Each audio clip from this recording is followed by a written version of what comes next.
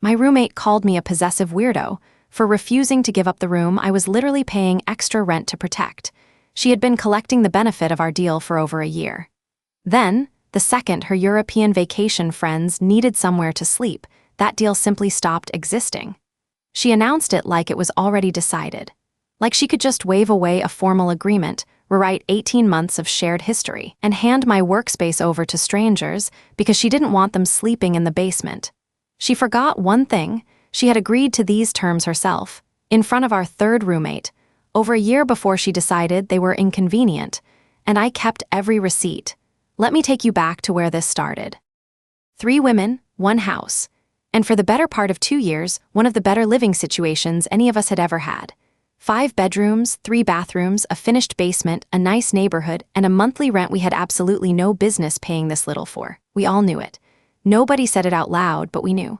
I work from home full-time.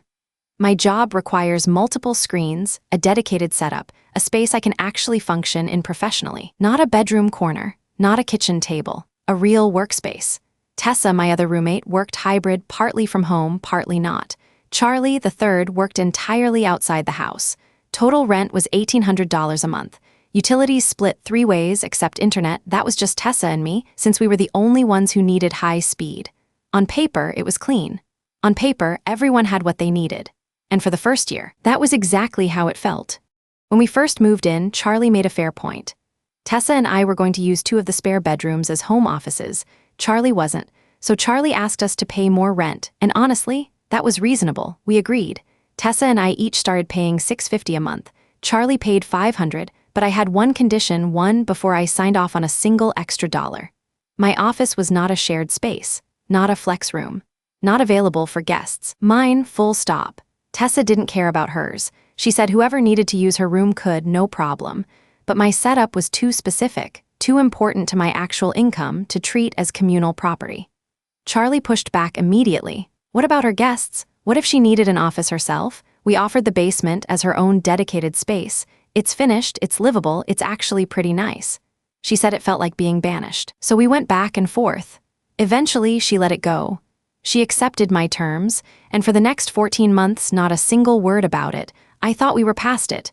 I really did. Then one morning, Charlie came downstairs with news. She had 2 friends flying in from Europe. They'd be staying a couple of weeks. And at first, genuinely, honestly, that was completely fine. We liked when people visited. The house had the space. Tessa and I both said exactly that. Come on in, more the merrier. And then Charlie slipped in the rest. Her friends would need their own rooms. She didn't want them sharing. And since her room could only sleep 1, she was planning to put 1 guest in Tessa's office, and 1 in mine. She said it the way you'd mention picking up milk on the way home. Casual. Already decided. Like the conversation from over a year ago was just background noise that had long since faded. I want you to really sit with that for a moment. 2 people flying in on a personal vacation were apparently going to sleep in my workspace. The workspace I had specifically paid a premium to keep private. Not the basement they'd already rejected once. Not a hotel, my office.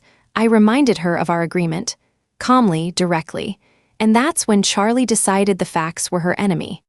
She went straight to the attack. No hesitation. No attempt at a real conversation. Self-centered, she said, possessive weirdo. She said I was being unreasonable, that this was a house we all shared, that she was just trying to accommodate her guests, that I was making this difficult for no good reason. Then she stormed off. Down the hallway. Door not quite slammed, but closed with enough force to make the point.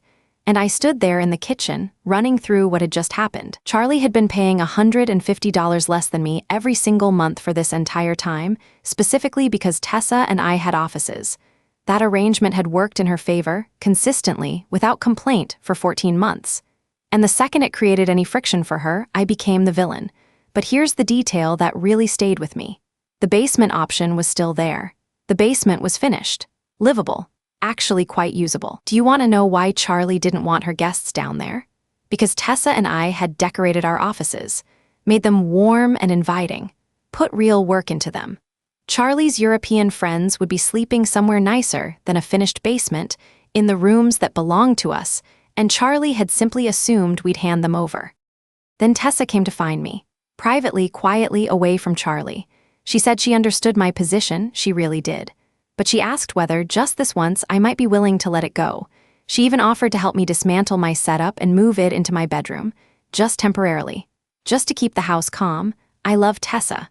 She wasn't being cruel. She was being who she's always been, someone who would rather absorb discomfort than let it fester. But I could see exactly where that road led. If I said yes, I would dismantle the workspace my job depends on. I would cram my setup into a bedroom not designed for it, lose the second monitor, and work in that cramped space for 2 weeks. I would absorb the full cost of a problem I had not created, and I would be sending one very clear message to Charlie. Push hard enough, get loud enough, make someone feel guilty enough, and they'll fold. Because here's the thing that nobody seemed to be saying out loud. Charlie's guests were not being forced into our offices. The basement existed. A hotel existed. Charlie's own room could host one of them while she took the basement.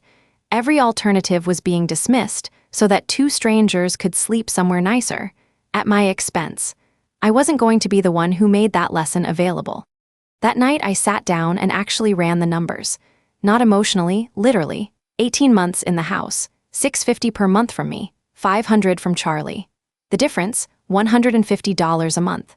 Over 18 months, I had paid $2,700 more than Charlie, $2,700, specifically because of the offices, specifically because of the agreement. The agreement that said my office was mine, protected, not available for anyone else's use. Charlie had collected the benefit of that arrangement every single month without complaint. The lower rent, the clear understanding that she was paying less because the office space was exclusively ours, she had taken all of it. And now, the one and only time that arrangement required anything from her, a small adjustment to her vacation plans, I was the unreasonable one. You want to know what possessive actually looks like? It looks like expecting access to something that has never been yours, something formally excluded from your claim, while paying below market rent, and calling the person who enforced it selfish for saying no.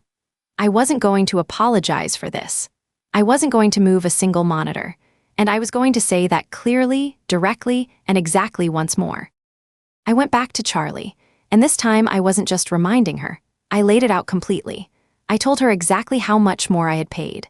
I told her exactly what that premium covered and exactly what it meant, that this wasn't a gray area, not a preference, not something open for renegotiation. It was a formal condition, agreed to by everyone in the house, that I had been funding for 18 months. I told her the basement was a legitimate option, finished, livable, actually nice. I told her that if the basement wasn't good enough for her guests, she was welcome to book them a hotel room or offer one of them her own bedroom while she took the basement herself.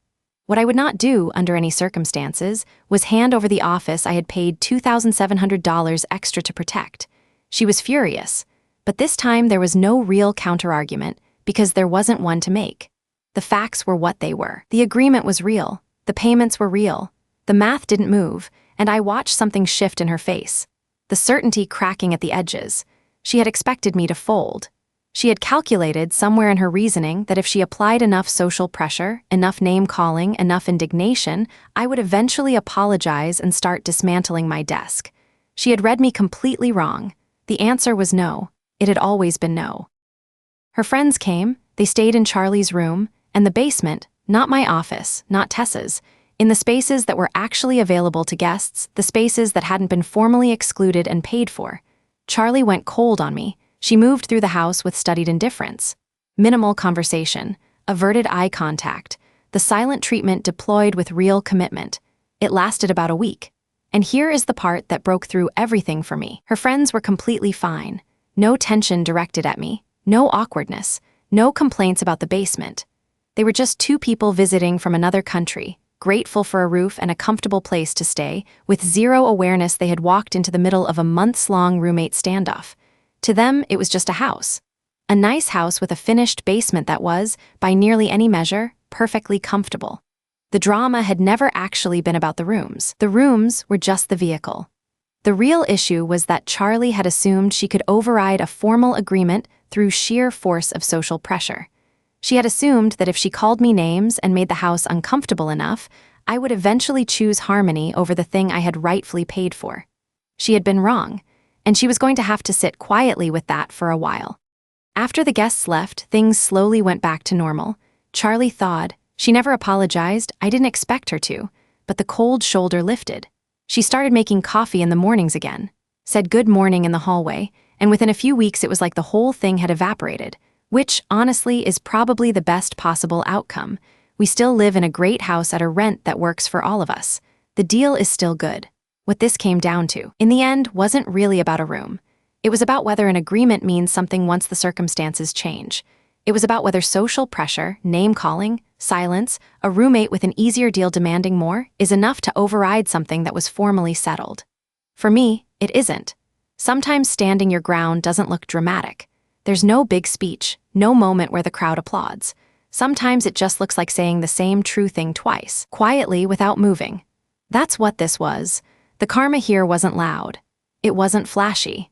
It was just the quiet, stubborn weight of a truth that refused to bend, and a roommate who finally had to reckon with the fact that some agreements don't expire just because they've become inconvenient. Every week on this channel, we bring you stories like this one, people who held the line when someone more entitled expected them to fold. People who trusted that an agreement is an agreement, that fairness doesn't expire, and that sometimes the most satisfying thing in the world is simply refusing to move. If this one hit the way it was supposed to, drop a like. It takes 2 seconds, and it means everything. Subscribe for new stories every single day. Betrayal, justice, and the deeply satisfying moment when entitlement finally meets something it cannot move. And if you've ever had a roommate try something like this, pull that quiet rewrite of the rules, act like an agreement you both signed off on was never real, I want to hear about it in the comments. Tell me your version, because sometimes the best cold karma isn't the story you watched. It's the one you lived.